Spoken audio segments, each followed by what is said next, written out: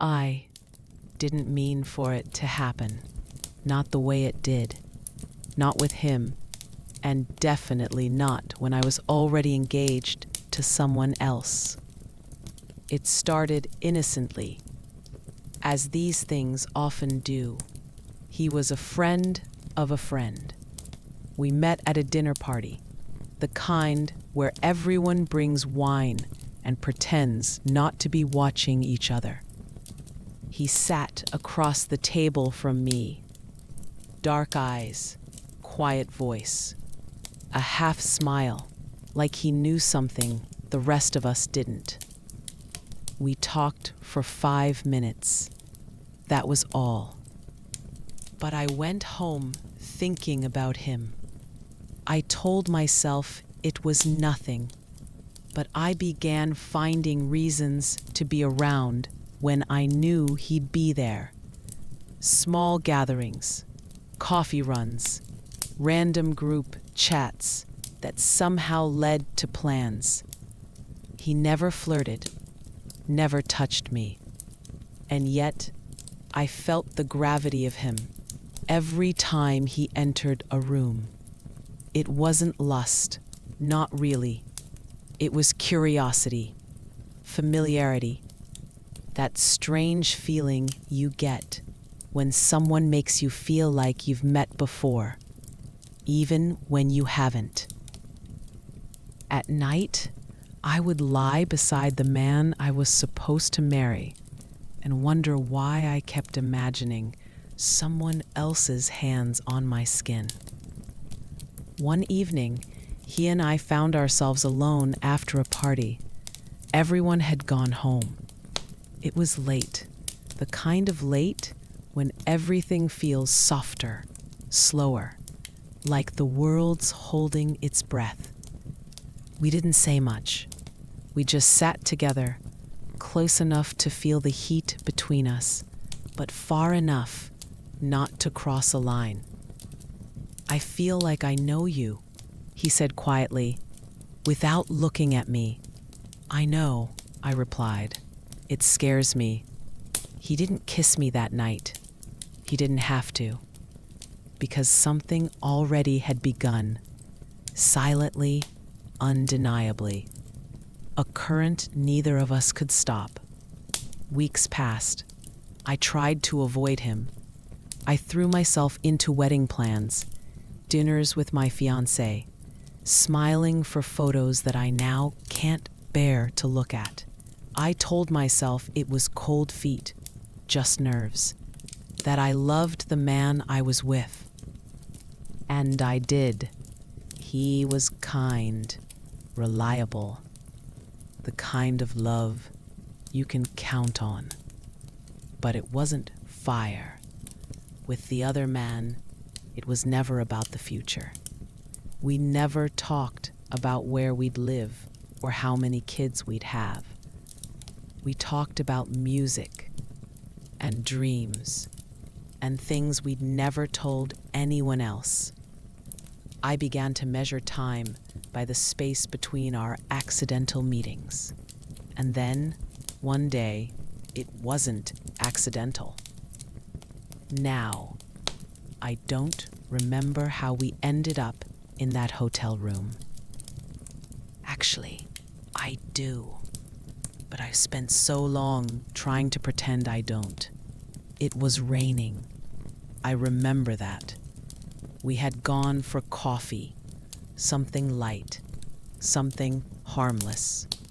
And somewhere in the silence between his fingertips brushing mine and the look in his eyes that made my heart stop, I stopped pretending I didn't want him.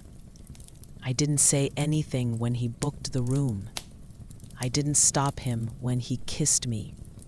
I didn't lie when he asked if this was my first time cheating. Because it was. I don't think I'll ever forget that night. Not because of what we did, but because of how it felt. It was like giving my body permission to feel something my soul already knew. Every touch was familiar, like muscle memory, from a life we never lived. I didn't cry, not then. I cried the next morning in the shower. Quiet, shaking sobs that tasted like guilt and hunger all at once. He didn't say he loved me. I didn't say it either. But we both knew.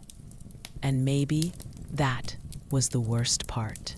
That we had fallen into something real, and it was already wrong. After that, I tried to end it. I told him it was a mistake, that I had a life I couldn't walk away from, a wedding in 3 months, a man who loved me without hesitation. But I kept seeing him anyway, kept answering his messages, kept giving in to the need that lived just under my skin. We became something between lovers and strangers, everything in secret, nothing in daylight. No one suspected. To the world, I was the happy bride-to-be.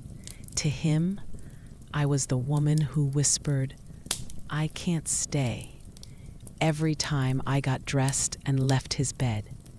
And to myself, I was becoming someone I didn't recognize. Then came the night I didn't go home, the night I stayed. We didn't even talk about it. I just didn't leave. We made dinner. We watched a film. We lay in bed, tangled in each other, like we were finally allowed to breathe. And in the dark, he said the thing we both avoided for months. "I love you." I didn't say it back. I couldn't, because I knew saying it would change everything. Saying it would mean walking away from the life I'd spent years building, from a man who had never hurt me, from a future that was safe, planned, ready. But my silence was an answer too. The next morning, I left before he woke up. I deleted his number, blocked his profile, threw away every little thing that reminded me of him. A receipt from a coffee shop, a book he once lent me, a note written on a napkin I never meant to keep. I married the man who was waiting for me. I smiled through the ceremony, kissed him in front of family and friends, wore white, cut the cake, took the photos, and all the while I wondered if he was watching from somewhere, if he knew I had chosen loyalty over passion, a quiet life over a love that burned too bright to last. Years have passed.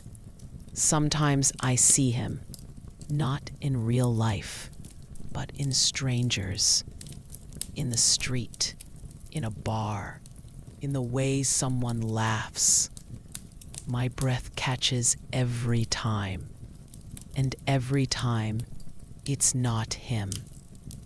I have a good life, a calm life, but I never stopped loving the man who was never mine. And if I'm honest, part of me hopes he still remembers the way I whispered his name when no one else could hear.